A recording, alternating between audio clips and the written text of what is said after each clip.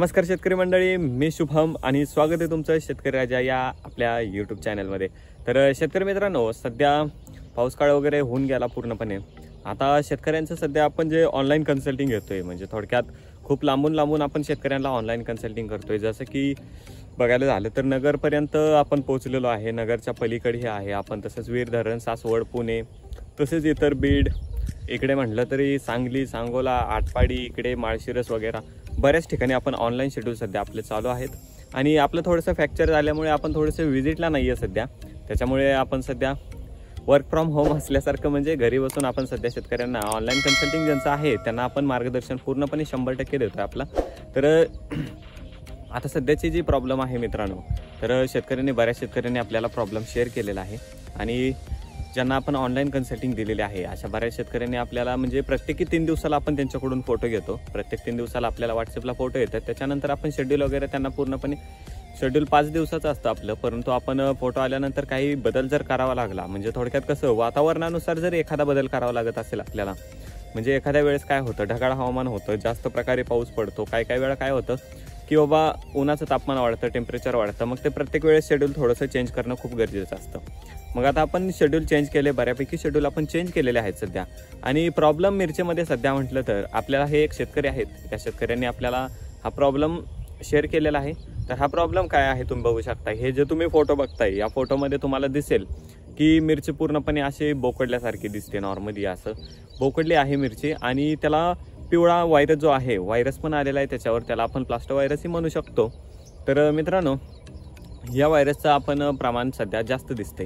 तर याच्यासाठी काय करायला पाहिजे, याच्यासाठी तुम्हाला पूर्णपणे शेड्यूल जे आपण देतोय ते शेड्यूल चांगल्या पद्धतीने फॉलो केले तर हा व्हायरसही आपण कव्हर करू शकतो, असं काही प्रॉब्लेम नाही। आणि हा होतो कशामुळे, तर मित्रांनो पावसाचं प्रमाण थोडंसं जास्त झालं की मुळी खाली पाणी जास्त झालं रानामध्ये की मुळी खालीशी जाम होते। मुळी जाम झाल्यानंतर ते प्रॉब्लेम यायला सुरुवात होतो आणि त्याच्यामध्ये थ्रिप्स वगैरे असेल तर मग हा प्रॉब्लेम खूपच मोठा होत जातो। त्याच्यामध्ये बोकडा वगैरे येणे, इतर प्रॉब्लेम अजून खूप वाढत जातात। मग त्याच्यापेक्षा तुम्ही हा थोडक्यात आहे तोपर्यंत त्याला आपण शेड्यूल आपलं जे शेड्यूल असेल ते चेंज करून फास्टमध्ये त्याला आपण चांगल्या पद्धतीचं शेड्यूल वापरून याला आपण रिकव्हरी आणू शकतो। याला मित्रांनो हा रिकवर होऊ शकतो का, तर हा 100% रिकवर होऊ शकतो। याला आपण एक प्रमाण त्याचं एक लिमिटेड आहे, म्हणजे जर तुमच्या प्लॉटमध्ये हा 10-20% आता दिसू लागलेला आहे किंवा 25% पर्यंत दिसू लागलेला आहे तर याला आपण कंट्रोल करायला आपल्याला लवकरात लवकर सोपं जातं। परंतु जर याचं प्रमाण खूपच जास्त वाढत चाललं तर तुम्ही अजून त्याच्याकडे लक्ष नाही दिलं तर तुम्हाला या गोष्टीवर लक्ष देणं खूप गरजेचं आहे। 3-4 शेतकऱ्यांचे आपल्याला याचा प्रॉब्लेम खूप लांबून याचे प्रॉब्लेम आले, 3-4 म्हणण्यापेक्षा खूपच शेतकऱ्यांचे 10-1 शेतकरी जरी आहेत त्या शेतकऱ्यांनी आपल्याला हा प्रॉब्लेम सध्या दाखवलेला आहे आणि याच्यावरती आपलं काम सध्या चालू आहे पूर्ण। आता तुम्हाला सांगायचं झालं तर दुसरा प्रॉब्लेम म्हणजे की बाबा जास्त पाऊस पडल्यानंतर झाडाशीला मर लागलेली आहे। काही ठिकाणी जिथे कांडी जी असते, झाडाची कांडी असते, ती कांडी पूर्णपणे अशी काळपट दिसते आणि त्याच्यानंतर झाडं वरून सुकत यायला चालू होतं। मग ते झाड सुकल्यानंतर ते झाड जगू शकत नाही, परत इतर झाडांनाही तसा प्रॉब्लेम व्हायला सुरू झाला।